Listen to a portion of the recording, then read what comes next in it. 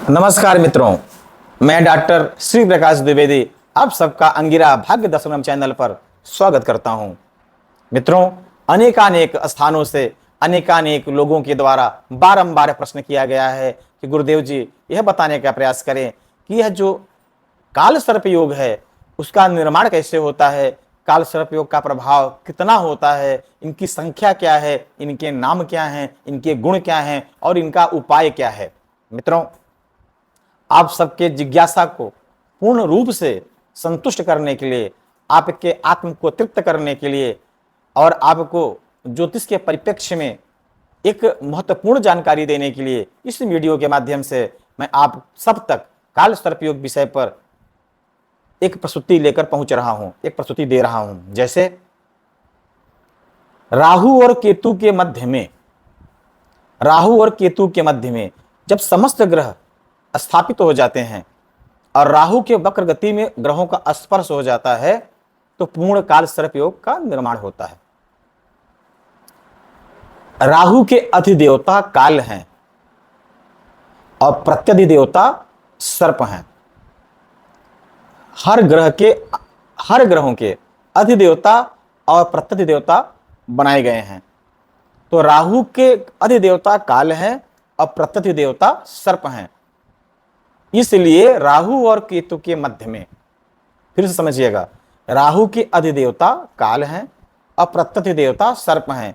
राहु के दाहिने भाग में अधिदेवता का वास होता है और बाएं भाग में प्रत्यधिदेवता का वास होता है। इसलिए राहु से सप्तम तक में, अर्थात राहु केतु के मध्य में जब समस्त ग्रह विराजित हो जाते हैं, स्थापित हो जाते हैं और राहु के वक्र गति में ग्रहों का स्पर्श होता है तो काल सर्प योग का निर्माण होता है। मित्रों, 13,732 प्रकार के काल सर्प योगों का विवरण मिला है, लेकिन भारतीय परिदृश्य में, भारतीय भूमि पर केवल 288 ही प्रकार के काल सर्पों का विवरण मिलता है और वह तथ्ययुक्त भी है,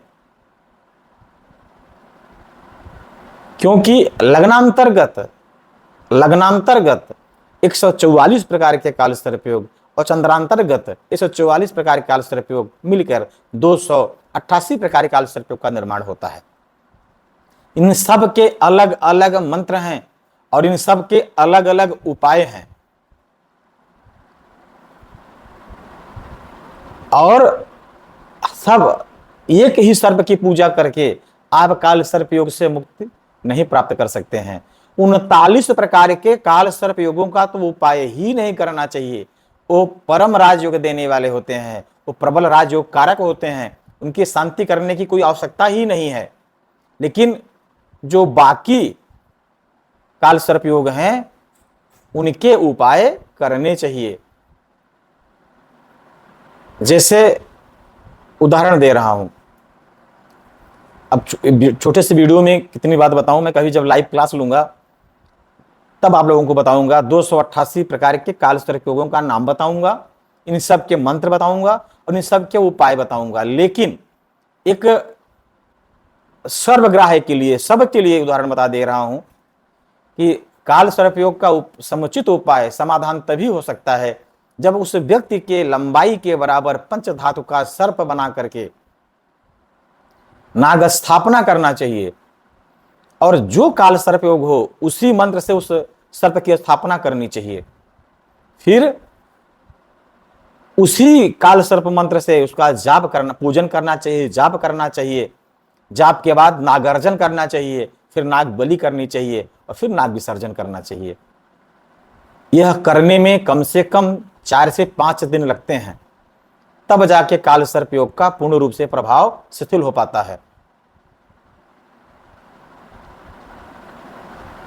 काल सर्प दोष यदि कुंडली में ना हो या राहु केतु की उपस्थिति पर कुंडली में ना हो तो लगभग 550 योगों का निर्माण ही नहीं हो सकता।